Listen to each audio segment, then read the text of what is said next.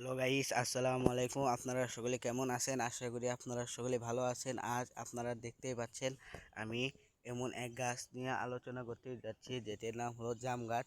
এই যে দেখতেই পাচ্ছেন, কৃষক ভাইরা এই জাম গাছটিকে রোপণ করে থাকেন।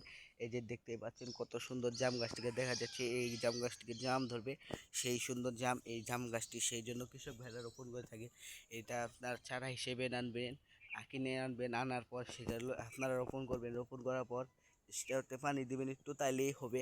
আর একটু সার গোবর দিবেন, তাহলে এটা গোড়াতে গোবর দিয়ে দিয়ে তার মধ্যে ছেড়ে দিবেন। দেখবেন আস্তে আস্তে এই এই গাছটি অনেক বড় হয়ে যাবে। অনেক বড় হওয়ার পর সেখানে জাম ধরবে।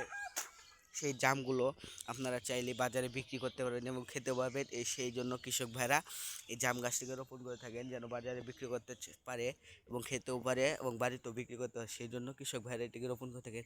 আপনাদের আপনারা যারা বুনতে চান তারা অবশ্যই এই চ্যানেলে সাবস্ক্রাইব করবেন এবং কমেন্ট করে জানাবেন আপনারা কে কে বুনতে চান। সেগুলো আপনারা কে রোপণ করে পদ্ধতি আবার পরে বলে দেবো আপনাদেরকে। আপনারা আপনারা আপনাদের যদি এই ভিডিওটি ভালো লেগে থাকে, অবশ্যই অবশ্যই সাবস্ক্রাইব করে যাবেন। আপনারা সকলেই ভালো থাকবেন। আসসালামু আলাইকুম।